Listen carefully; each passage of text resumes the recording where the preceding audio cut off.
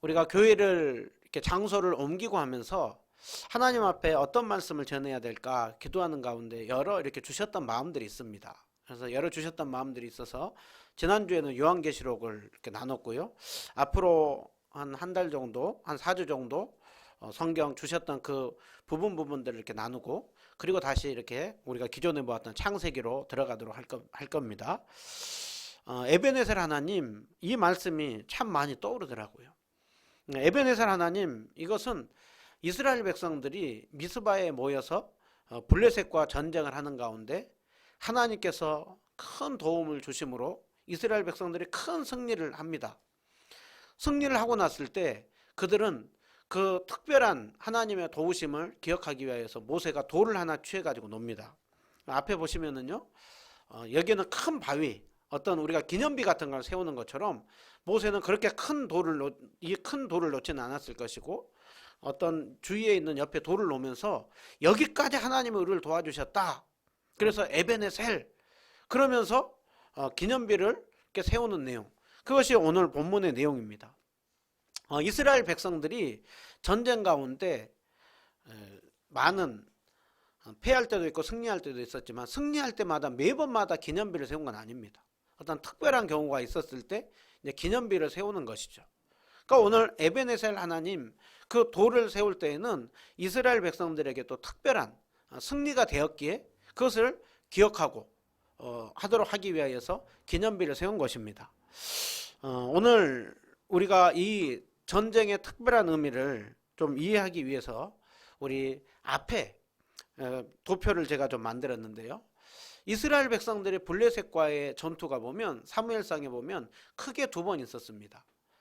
4장에서 있었었고, 그 다음에 오늘 우리가 읽은 7장에서 있는 일입니다. 4장과 7장은 20년의 시간이 차이가 납니다. 똑같은 블레셋과의 싸움이었는데 4장에서 그들은 크게 패배합니다. 그런데 오늘 우리가 읽은 7장에서 이스라엘 백성들은 큰 승리를 거둡니다. 근데 패배했었던 이유와 승리했었던 그 결정적인 차이가 무엇이냐? 제가 그 아래 써놨죠. 패배한 이유는 하나님이 도와주시지 않았다는 것입니다. 그러면 오늘 그들이 이길 수 있었던 결정적인 이유는 하나님의 도우심이라는 거죠.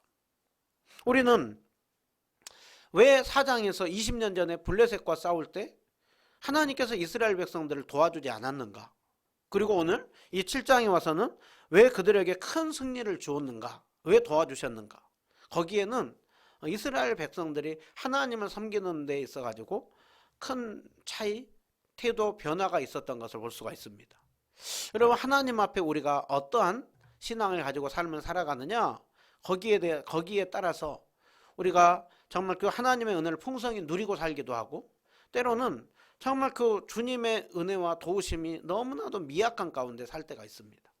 이제 우리 은혜누림교회 이곳에서 시작을 하면서요, 정말 이스라엘 백성들이 미스바에서 하나님이 여기까지 우리를 도와주셨고 앞으로도 계속 도와주실 것이다, 그 믿음으로 고백했던 것처럼 오늘 우리가 이 말씀에서 교훈을 받으면서 주님 앞에 에베네셀, 도우시는 하나님을 계속해서 경험하는 우리 모두가 되기를 축복드립니다. 자, 20년 전에 이스라엘 백성들이 먼저 4장에 보면 그들이 큰 패배를 당하였을 때, 그때 그 시기가 어느 시기냐? 사사시대 끝자락입니다. 사사시대 이제 그 끝자락인데요. 그때 제사장은 누구였었냐면 엘리고, 그 다음에 엘리의 두 아들인 홈리와 비느하스 두 사람이 그렇게 제사장으로 그 역할을 감당을 했었습니다. 여러분, 사사시대 각기 소견에 옳은 대로 행한 시대입니다. 하나님으로부터 멀어져 있던 시대입니다. 그런데 그 사사시대 끝자락에 엘리와 두 아들이 하나님을 섬기는데 어떻게 섬기느냐? 엘리는 우리가 아는 것처럼 한나가 하나님 앞에 성전에서 정말 그렇게 눈물로 통곡하며 기도할 때 엘리는 네가 언제까지 왜 술 취해서 여기서 술주정하느냐? 기도하는지 하나님 앞에 정말 기도하는지 술 취한지 그것도 모를 정도로 영적으로 굉장히 둔감이 있습니다.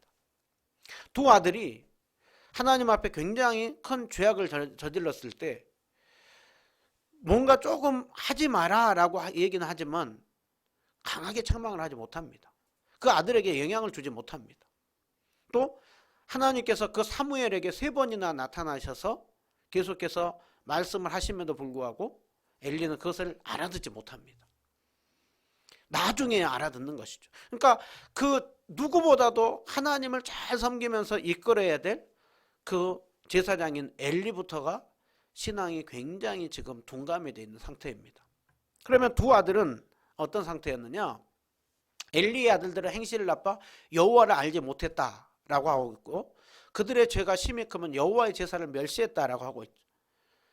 엘리의 두 아들이 누굽니까?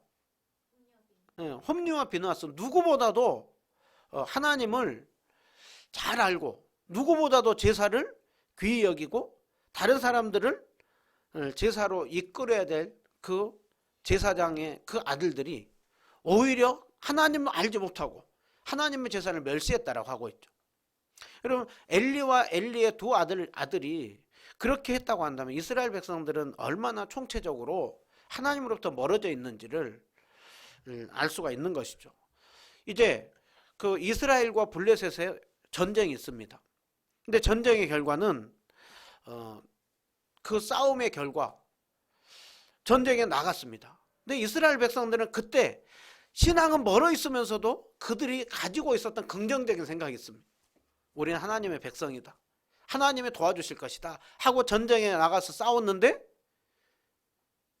패하고 4,000명이 죽음을 당합니다. 그러면 마땅히 그 전쟁에서 4,000명이 죽고 나면 그때 그들이 어떠한 태도를 취하는 것이 맞겠습니까? 왜 이 전쟁에서 패하게 하였는가? 하나님께서 어떤 뜻이 있는가? 그것을 물어야 되는 것이죠. 그래서 나름대로 묻습니다. 왜 패하겠지? 하면서 그런데 그들이 정답을 내놓은 것은 법궤가 없기 때문이다. 법궤를 가지고 오면 하나님께서 그들을 크게 이기게 할 것이다. 그래서 법궤를 가지고 오게 하고, 그리고 홈리와 비느하스가 법궤 옆에 섭니다. 그러니까 그들의 그렇게 하고서는 우리가 승리하겠지 하고 나갔지만 그 결과 크게 패배하고 오히려 3만 명의 사람들이 죽습니다. 그 결과로 법궤는 빼앗기고 엘리의 두 아들인 홈리와 비느하스가 죽고, 그리고 그 소식을 들은 엘리도 그 자리에서 꼬꾸라져 죽습니다. 그리고서는 그렇게 엘리의 며느리는 그때 이제 아이를 낳는데요. 아이를 낳을 때 네가 아들이다 라고 하니까는 그 소식을 들은 며느리가 자기 남편이 죽고 법궤는 빼앗기고 시아버지는 엘리마저도 그렇게 죽은 것을 보면서 영광이 이스라엘을 떠났다 하면서 이름을 짓는데요. 자녀의 이름을 어떻게 짓냐면 이가봇이라고 하는 뜻이 뭐냐면 영광이 떠났다라는 거예요. 그것을 보면서 그 며느리는 영광이 떠났구나 그러면서 죽어갔습니다. 그러니까 이스라엘 백성들이 블레셋과의 전투의 사장에서 나타났던 것은 그들에게 하나님의 영광이 떠났다는 것이죠. 하나님께서 영적으로 도덕적으로 심히 부패한 그 시대를 내버려 둔 것입니다.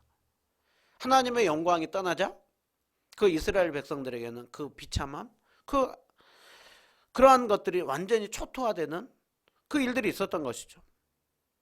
이스라엘 백성들은 막연히 하나님께서 도와줄 것이다, 우리에게 승리를 줄 것이다 했지만 하나님은 그런 하나님이 아니었던 것입니다. 하나님은 이스라엘 백성들이 하나님을 하나님으로 알고 하나님을 존중히 여기고 하나님을 경외하는 가운데 하나님이 동행해 주시고 역사하셨던 하나님입니다. 그런데 이스라엘 백성들은 거기서 실패한 것이죠. 여러분, 그렇게 신앙이 어긋나 있을 때 패배하게 하는 것, 그것이 은혜입니까? 아니면 저주입니까? 패배하게 한 것도 은혜인 것이죠. 하나님께서 그들을 미워해서 내버려 둔 것이 아니라 그들로 하여금 회개하고 돌이키게 하기 위하여서 큰 패배를 겪게 한 것입니다. 여러분, 오늘 이스라엘 백성들의 정체성이 어디로부터 나오는 것입니까? 이스라엘의 백성의 정체성. 하나님께서 그들을 선택할 때 무슨 이유 때문에 선택했다라고 하고 있습니까? 너희들이 가장 많기 때문에 선택한 것이 아니라 세계에서 가장 작기 때문에 선택했다라고 하고 있죠. 그리고 하나님께서 이스라엘 백성들에게 주셨던 약속이 무엇입니까? 내가 너희와 동행해 주겠다라는 것이죠. 나는 너희 하나님이 되고 너희는 내 백성이 될 것이라 라고 했죠. 이스라엘 백성들의 그들의 흥망성쇠 거기에 가장 핵심은 하나님과의 관계입니다. 하나님의 은혜를 구하고 하나님의 도우심을 구하고 하나님의 임재가 있을 때 이스라엘 백성들은 승리했던 것이죠. 여러분 그것이 가나안 땅에 들어갈 때 잘 보여줬죠. 가나안 땅에 들어갈 때 그들은 그 큰 성, 견고한 성 여리고성 거기에서 하나님 말씀 따라 순종하였을 때 큰 승리를 거뒀습니다. 그러나 그들이 승리를 하고 난 이후에 아이성에서 그 작은 아이성에서 그들의 힘으로 할 줄 알고 했을 때 실패했던 것이죠. 여러분 사사기에서 계속해서 이 실패한 모습이 나오고 지금 이 엘리와 두 아들도 사사시대에 각기 소견에 옳은 대로 행하는 가운데 그 실패한 모습이 그대로 나타나고 있습니다. 근데 20년이 지납니다. 20년이 지나고 났을 때 그러면 그때 이스라엘 백성들은 7장으로 넘어오면 그들은 이제 어떻게 되어 있느냐? 바뀌어 있습니다. 그들이 이제 변화되어 있습니다. 자, 7장 2절 보시면 그 전쟁에서 20년이 지나고 난 이후에 하나님 계속해서 침묵하고 계십니다. 근데 그때 이스라엘 백성들이 그들이 어떻게 되었다라고 하고 있습니까? 이스라엘 온 족속이 여호와를 사모했다라고 하고 있죠. 여기서 사모했다고 하는 것은 크게 울고 부르짖는 것을 얘기를 합니다. 그러니까 이스라엘 백성들의 마음이 바뀐 것입니다. 왜 바뀌었을까요? 여전히 그들이 무엇보다도 블레셋의 그 압제 가운데 힘든 거예요. 그 가운데 하나님의 어떤 도우심이나 그것이 강력하게 나타나지 않고 침묵하고 잠잠하고 계신 거예요.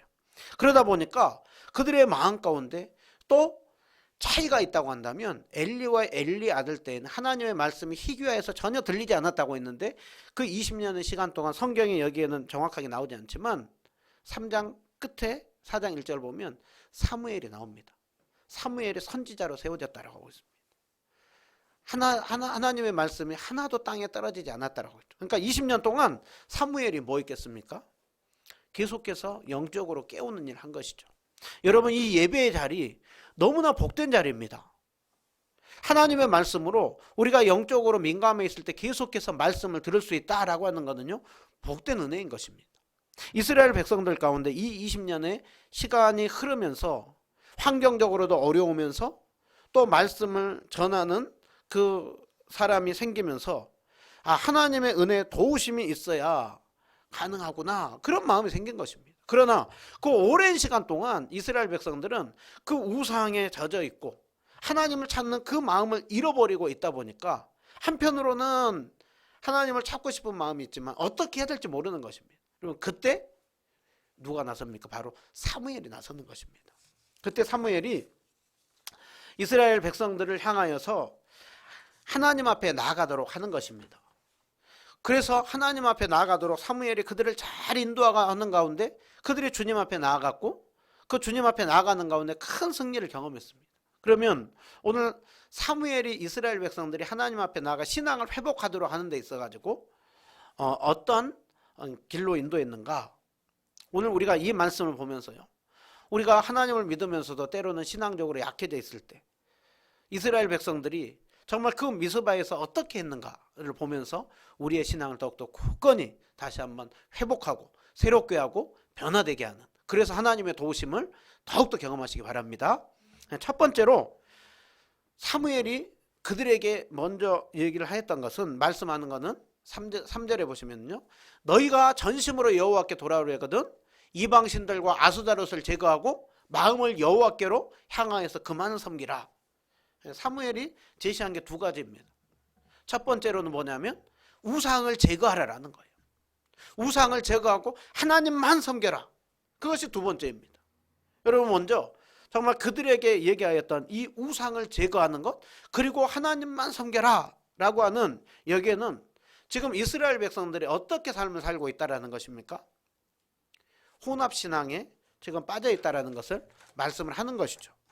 여러분, 사사시대에도 이들은 여전히 하나님을 찾았습니다. 예배했습니다. 그러나 그들에게 많이 있었던 것이 바로 혼합신앙이었던 것입니다. 우리가 이 말씀을 보면서요, 우리의 신앙은 어떤가? 우리는 온전히 하나님만 섬기고 있는가? 하나님께서 이스라엘 백성들을 이제 가나안 땅으로 들어보내면서 하셨던 말씀이 무엇입니까? 나는 너희를 애굽 땅 종되었던 집에서 인도해낸 여호와다 라고 하면서 하나님이 그들에게 주신 그 계명, 대표적인 그 10계명, 제1계명이 뭡니까? 너는 나 외에는 다른 신들을 내게 있게 하지 말지니라. 그리고 2계명이 우상을 우상을 만들거나 절하거나 섬기지 말라라는 것이죠. 여러분, 근데 이스라엘 백성들은 가나안 땅에 들어가는 가운데 그 농경사회와 목축업을 하는 그 가운데 그들에게 계속해서 들려졌던 것이 바알이, 아세라가, 아스다롯이 계속해서 비를 준다라는 거예요. 계속해서 농사를 풍요롭게 한다라는 거예요. 그리고 이제 다산을 낳게 한다라는 거예요. 계속해서 이스라엘 백성들의 정체성을 흔들면서 그 세계관을 가지고 하였을 때 이스라엘 백성들이 영향을 받고 있는 것입니다. 그런데 오늘 정확하게 사무엘은 그 우상을 제거하라는 거예요. 하나님의 백성으로 하나님만 섬겨라라는 거예요. 여러분, 그것이 오늘 신앙의 회복의 첫걸음인 것입니다. 오늘 또 우리도 동일합니다. 우리도 늘 주님 앞에 영적으로 힘있게 살아가기 위해서 해야 되는 건 뭐냐면 하나님만 섬기고 우리 안에 있는 끊임없는 우상을 제거해내는 것. 여러분, 이 시대가 얼마나 다원주의 시대입니까? 얼마나 과학주의 시대입니까? 얼마나 합리주의 시대입니까? 얼마나 초월적인 그 믿음을 가지고 살아가는 그 하나님이 주신 우리의 신앙에 대해서 놓치고 잃어버리게 만든 시대입니까? 성경은 우리에게 이렇게 말씀하는 것이죠. 한 사람이 두 주인을 겸하여 섬길 수 없다라고 하고 있습니다. 우리가 하나님이냐 아니면 다른 우상이냐, 거기에 대해서 이스라엘 백성들이 지금 방황하고 그러고 있을 때 사무엘은 너희가 그 우상 제거하라 라는 거예요. 여러분, 하나님은 우리에게 나 외에는 다른 신들을 내게 있게 하지 말지니라. 그 모든 것들은 헛된 우상이라 하고 있죠. 그 우상들이 우리 인생 책임져 주지 않는다라는 것이죠. 여러분, 이스라엘 백성들의 마음 가운데 그런 진리의 말씀이 들려진 것입니다. 여러분, 이 시대에도 동일합니다. 이 시대에도 여러분의 인생을 책임지는 것이 무엇입니까? 여러분의 힘의 원동력이 무엇입니까? 여러분, 이 시대 하나님입니까? 그 믿음입니까? 주님 한 분만으로 만족합니까? 오늘 이 말씀은 우리에게 묻는 것입니다. 사무엘이 이스라엘 백성들 가운데 우상을 제거하고 하나님만 섬겨라. 그들에게는 바알신이고 아스다롯이었다고 한다면 오늘 우리에게 묻는 것이죠. 정말 하나님만이 우리의 힘인가? 물질이, 또 다른 사람이, 어떤 주의가, 어떤 정책이, 그런 것들이 우리에게 있어가지고 더 많은 영향을 주고 있지는 않느냐라는 것. 하나님께서는 오늘 그들로 하여금 그 우상들을 제거하고 하나님만 섬기도록, 그 관계의 회복을 하도록 그 이스라엘 백성들을 초청하고 있는 것입니다. 여러분, 우리가 먼저 주님의 나라와 그의 의를 구하면서 하나님만을 믿고 섬기며 나아갈 때 하나님은 오늘 승리를 주겠다라는 것이죠. 여러분, 그 초청 앞에 이스라엘 백성들이 어떻게 합니까? 그 말씀 앞에 바알들과 아스다롯을 제거하고 여호와만 섬겼다라고 하고 있습니다. 여러분, 이스라엘 백성들이 이 뒤에 가면 또 금방 또 타락하고 왕을 달라고 요구하지만 이 순간만큼은, 이 미스바에서 이 순간만큼은 그 말씀을 듣고 하나님만 믿고 섬기기로, 그 우상들을 제거하고 따르기로 그렇게 결단한 것입니다. 이것이 바로 신앙의 회복이요 하나님의 역사의 출발점이었습니다. 여러분, 오늘 또 우리는 동일합니다. 이 시대에도 우리가 하나님과 많은 우상들, 우리는 끊임없는 유혹 속에 있습니다. 여러분, 예배를 드리면서 여러분의 그 마음 가운데 하나님 외에 다른 것으로 채워져 있다고 한다면 우리는 그것들을 내려놓고 우리가 찬양했던 것처럼 내가 주인 삼은 모든 것 내려놓고 그 주님만 사랑할 때, 여러분 지금 이거 생생하게 보고 있지 않습니까? 정말 하나님께서 정말 우리 은혜 누님께로 세워갖고 우리의 삶을 인도하는 것들을 보면 정말 하나님만 믿고 섬기며 나아가려고 하는 가운데 하나님이 그것을 기뻐하시고 일하시는구나, 이것을 많이 느낍니다. 여러분 이 마음 잃어버리면 안 됩니다. 이 마음을 가지고 우리가 끊임없이 우상을 내려놓고 끊임없이 다른 것들을 내려놓고 주님만 섬기며 나아가려고 할 때 주님께서 계속해서 역사할 것입니다. 계속해서 승리케 할 것입니다. 도우실 것입니다. 그들이 이제 조금 하나님 앞에 신앙을 회복하고 있을 때 사무엘은 이제 더 강력하게 그들에게 고삐를 당기죠. 미스바로 모여라. 미스바로 모여서 우리가 하나님 앞에 내가 너희를 위하여 기도할 것이다. 여러분 미스바로 모이라라고 하고 있어요. 미스바는요 그 지역에서 높은 산이에요. 그나마 그 지역에서 좀 높은 곳입니다. 미스바로 모이라라고 하는 이유가 무엇이겠습니까? 그 우상 제거하고 너희들이 이제 좀 돌아섰는데 더욱더 강력하게 그동안 하나님을 온전히 믿지 못하고 섬기지 못하고 가지고 있었던 그 죄악들 회개하고 나아가자라는 거예요. 그래서 이스라엘 백성들이 그 미스바로 모입니다. 미스바로 모이는 것 가운데 거기에서 모든 찌든 때, 거기에서 모든 우상들을 제거하고 하나님 앞에 다시 한번 신앙을 결단하자라는 것이죠. 그러니까 우리 부흥의 집회가 있는 것처럼 이스라엘 백성들이 그런 시간을 미스바에서 가진 것입니다. 미스바에서 가지면서요 그 이스라엘 백성들이 6절에 보시면 물을 길어서 부었다라고 하고 있죠. 여러분 물을 길어서 부은 것은 하나님 앞에 죄악된 마음을 쏟아 부은 것입니다. 그리고 이제 종일 금식하고 하나님 앞에 그 죄악을 회개했다라고 하고 있죠.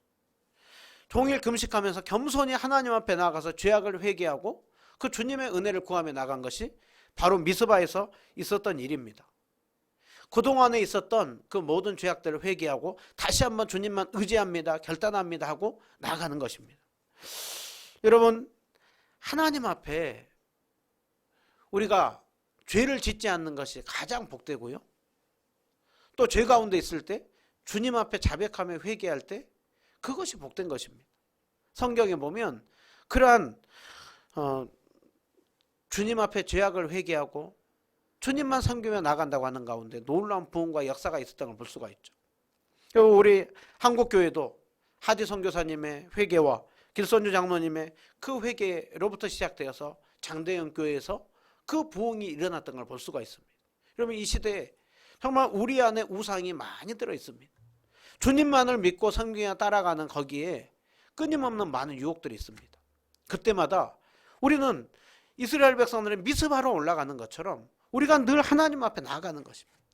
하나님 앞에 나아가서 죄를 회개하고 그 주님만 섬기며 따르기를 원하는 그것이 하나님의 언약 백성의 모습이요, 주님의 은혜 아니고선 살아갈 수가 없습니다. 이 고백을 하고 나가는 것이죠. 여러분 야고보서 말씀은 야고보서 4장 8절 보면 하나님을 가까이 하라, 그리하면 하나님께서 우리를 가까이 해주신다라고 하고 있습니다. 우리가 손을 깨끗이 하고 마음을 성결하게 하면서 그 주님 앞에 우리가 슬퍼하고 애통하며 울 때, 주님 앞에서 우리가 겸손히 낮출 때 주님께서 우리를 높여주신다라고 하고 있습니다. 여러분 이 시대 너무나 마음이 높아진 시대, 너무나 많은 것이 인간 스스로 할 수 있다고 하는 시대 가운데 하나님은 오늘 또 우리에게 가까이 하라라고 합니다. 주님 앞에서 낮추라라고 하고 있습니다.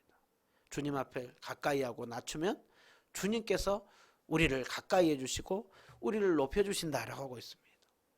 여러분 무엇보다도요 이 예배당 안에서 하나님을 더 많이 가까이 하십시오. 그리고 하나님 앞에서 더 겸손히 주님의 은혜를 구할 때 주님께서 우리를 가까이 해주실 것입니다. 주님께서 우리를 높여주실 것입니다. 놀라운 그 부흥의 역사, 그 회복의 역사, 새로운 그 역사가 나타날 것입니다. 그들이 미스바에 모여 있을 때 또 블레셋이 쳐들어옵니다. 저들이 어떤 모의를 하나 보다 하고 블레셋이 쳐들어옵니다. 이번에야말로 그들이 정말 그 신앙이 하나님만 의지하는가 그렇게 확인하는 자리죠. 근데 이스라엘 백성들이 어떻게 합니까?